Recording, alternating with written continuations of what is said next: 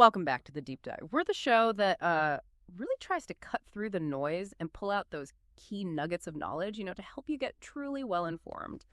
Today, we are diving deep into a topic that just feels like it's constantly in the headlines. It sparks a lot of anxiety and, frankly, leaves many of us, well, scratching our heads. You've seen the news, right? All the alarms about population collapse, these dire warnings about falling birth rates. It often brings to mind a question we actually found posed directly in some of our source material. A frustrated listener asking basically, can someone explain how a falling birth rate is bad for civilization? Aren't we still killing each other over resources and land? So that's really our mission today, to unpack that exact question. We've pulled together a really fascinating mix of sources for you, everything from, candid Reddit discussions all the way to UN Population Fund reports and detailed academic analyses. Our goal, like always, is to pull out the crucial insights, the surprising facts, so you can navigate this vital, complex topic with real confidence. And it is vital. The numbers themselves, globally, they're quite striking. The total fertility rate, that's the average number of children born to a woman over her lifetime, it's plummeted. Think about it. From 5.3 back in 1963 down to just 2.2 in 2023. Wow, that's a huge drop. It is. And projections, like from the UN, they suggest this trend is going to continue. We're likely looking at fertility rates falling well below replacement levels in, most countries by 2100. So this kind of demographic shift, it naturally raises a fundamental question. What are the perceived consequences, both the good and the bad, of fewer births? Okay, let's unpack this then, because for many people, the whole idea of a shrinking population, it really does sound like a doomsday scenario, like a fundamental challenge to how societies are even set up. So what are those primary concerns? Where are the alarm bells ringing the loudest? Well, what's fascinating really is that the core challenge, the demographic one, it stems from how societies have historically been built. They've been built on an assumption, really. On an assumption. Yeah, the assumption of continuous population growth. The idea is simple. Each younger generation is larger than the one before. It forms a kind of pyramid, right, where the youth support the older generations. When birth rates fall significantly, that pyramid starts to wobble. The whole assumption breaks down. Okay, I see. And the economic impact is almost always the first thing people talk about.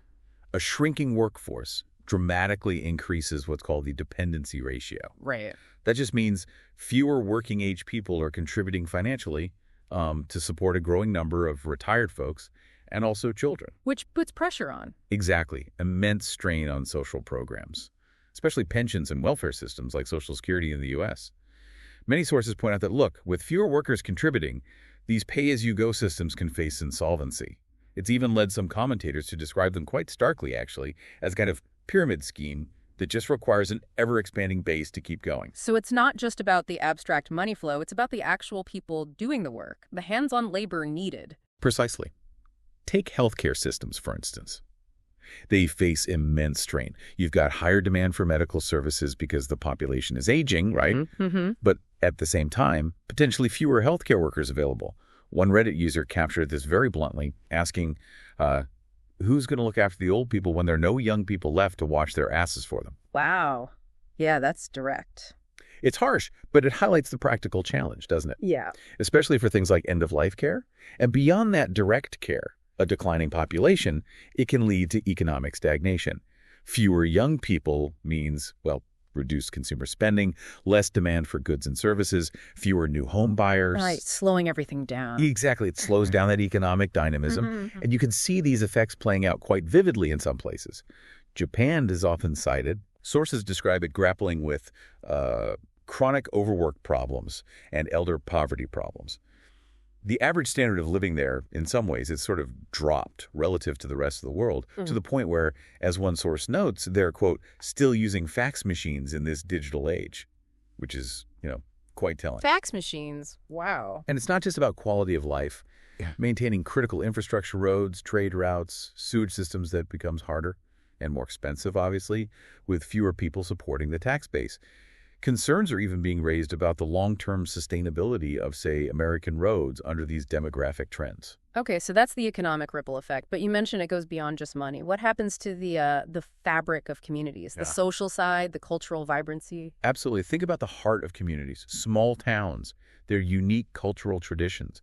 They can literally start to disappear because of depopulation. Mhm. This can lead to schools and hospitals closing, especially in rural areas, which then forces people to drive much further for essential services. Yeah, I can see that. We even see these stark examples, like in Germany, where schools in some depopulating areas have had to combine classes, first and second graders taught together, or third and fourth. That must impact education. Clearly, it impacts the quality, the learning experience for the kids. There's also this broader concern about losing cultural energy, maybe stagnation in arts, music, social movements. Even some suggest a diminishment of trust among citizens. And then on a really personal level, shrinking support networks in old age are a major issue. How so? Well, family members, they provide the vast majority of long-term care for the elderly in most societies. Right. So fewer children or fewer siblings means a greater reliance on paid care, which is often expensive, and crucially, less social and emotional support from family.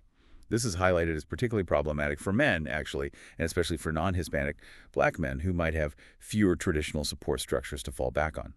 And then there's this other risk, skill and knowledge loss.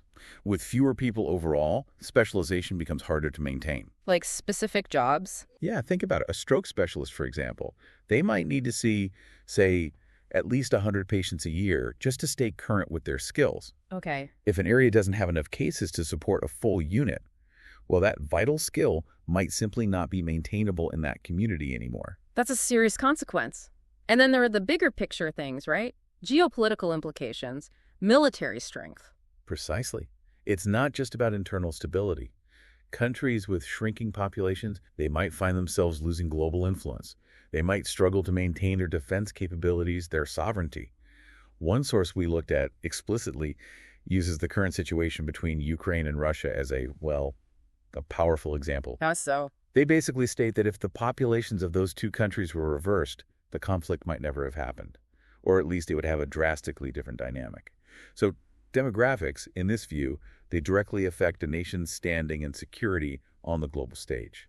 Okay, now here's where, for me, it gets really interesting. Some of the sources, they frame this whole problem differently, not as some, unavoidable demographic fate, but as a direct consequence of how our economic systems are set up. That's a pretty provocative viewpoint. It absolutely is. And the argument really centers on this idea that our current capitalist system, with its inherent mandate for infinite growth, requires a continuously growing population. Why? More consumers? More consumers, yes, but also, critically, a steady supply of cheap labor to fuel that growth. One source puts it very vividly, saying the, quote, world economy is a Ponzi scheme that requires an exponential growth of people just to keep the system going. A Ponzi scheme. That's strong language. It is. But there's a powerful counterargument presented, too. It suggests the problem isn't actually a lack of resources or land on the planet overall, but rather how those resources are distributed. Highly inequitably is the argument. Wealth hoarding by a relatively small number of people means resources aren't shared widely. As another source states it, we are not killing each other for resource and land, we are killing each other for money. Implying that if resources were allocated and shared more fairly, many of the perceived challenges of population decline would be, far more manageable, maybe even non-existent. Right. Okay, but what if this whole narrative, the falling birth rates are bad narrative, isn't the full picture at all? Are there arguments that actually it isn't so bad, maybe even has positive effects for civilization? Absolutely. There's definitely a counter-narrative, and it points to several potential upsides. Like what? Well, first, the environmental benefits. Fewer people generally mean fewer resources are needed, right? Yeah. Which could potentially help alleviate concerns about climate change, pollution, overpopulation. The less strain on the planet argument. Exactly. Now, some argue Earth's carrying capacity is actually huge if we manage things properly with smart growth and development. But this perspective emphasizes that maybe fewer people makes that easier. It's less about the total number, perhaps, and more about how we live. And then from an economic standpoint, here's a surprising nugget for many. Even if the total GDP, the total size of the economy, declines with a shrinking population, GDP per person, which is arguably a truer measure of individual living standards, can actually increase. Really? How does that work? It's known as economic gains per capita. Japan, for instance, we mentioned their challenges, but between 2009 and 2017, despite its declining population, Japan actually experienced higher growth in GDP per capita than the United States did. I wouldn't have guessed that. Right. Germany and Russia also saw surprisingly rapid economic growth after periods of population decline. So it really challenges that conventional wisdom that economic growth absolutely requires population growth. Are there historical examples that kind of back this up? Any real-world case studies from the past? There are, though often born from tragedy.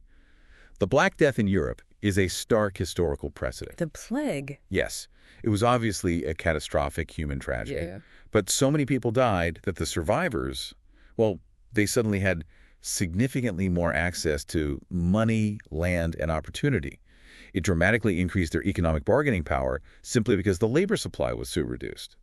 A terrible event, absolutely, but it did lead to a surprising rise in individual prosperity for those who survived. Fascinating. It's grim. And finally, there's what the United Nations Population Fund, the UNFPA, identifies in a recent report. They call it the real fertility crisis. Okay, what's that? The report argues that the crisis isn't actually about underpopulation at all. It's about something else, a profound crisis of reproductive agency. Reproductive agency, meaning? Meaning people's ability to choose if and when to have children and how many. What's truly fascinating here is that their research shows most people actually want to have children, and many want more children than they are currently able to have. So wait, it's not that people don't want bigger families anymore, it's that they face obstacles. Precisely. The report identifies several key barriers. Financial limitations, for example, cited by almost 40% of respondents as affecting their desired family size. Money worries. Makes sense. Then there are fears about the future. Nearly 1 in 5 say concerns about things like climate change, wars, pandemics have led them to have fewer children than they might otherwise want. Understandable fears? Gender inequality also plays an outsized role. Women are twice as likely as men to cite unequal domestic labor, health work, childcare as a factor limiting their family size.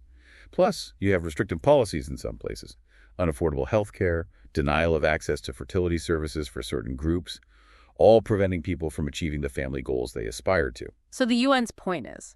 Their emphasis is that coercive policies trying to force birth rates up are likely counterproductive. Instead, policies should focus on supporting people, empowering them to have the families they actually want, ensuring individual liberty in family planning. Okay, so if governments do want to influence these trends, not coerce, but, influence, what are they actually doing?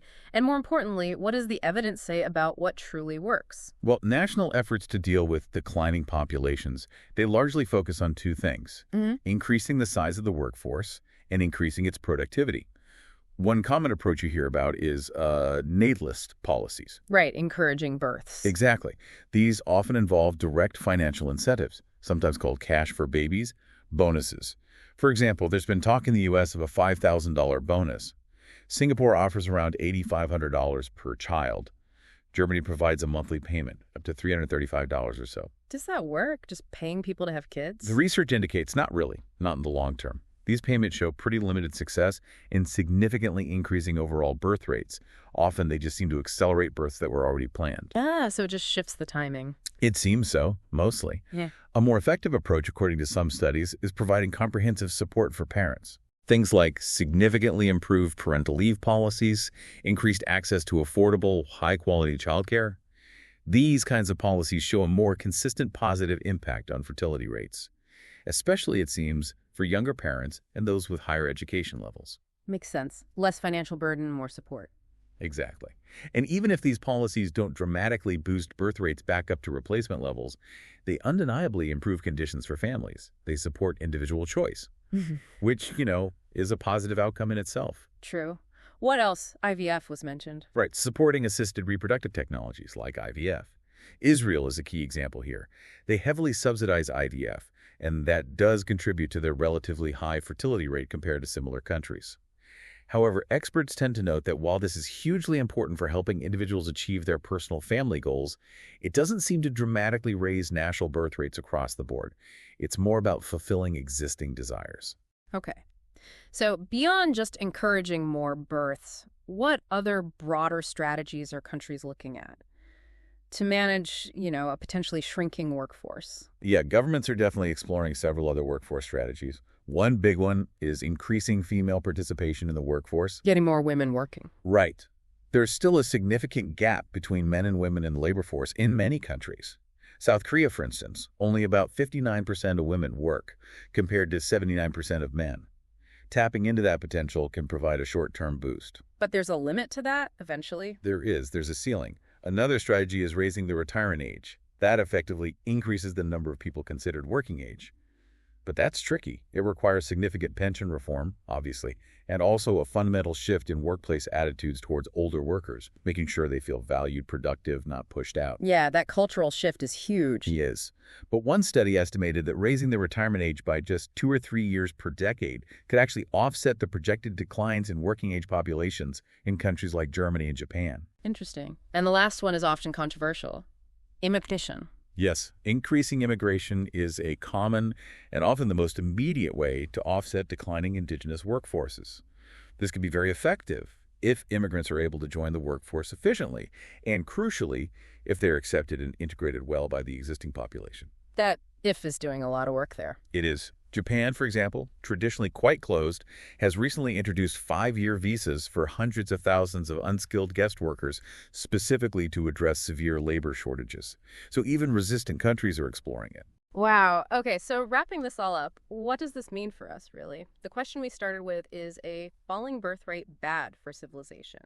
It's clearly far more nuanced than it first appears, isn't it? We've heard the genuine alarm bells, the strain on economies, the potential insolvency of social programs, the challenges to healthcare systems, even impacting a nation's global influence. That all sounds pretty bad. But then we've also heard this compelling counter-narrative, potential environmental benefits, that surprising economic argument that GDP per capita can actually increase. And, maybe most importantly, this idea that the real crisis might not be about numbers at all, but about reproductive agency people just not being able to have the families they actually desire because of all these societal barriers.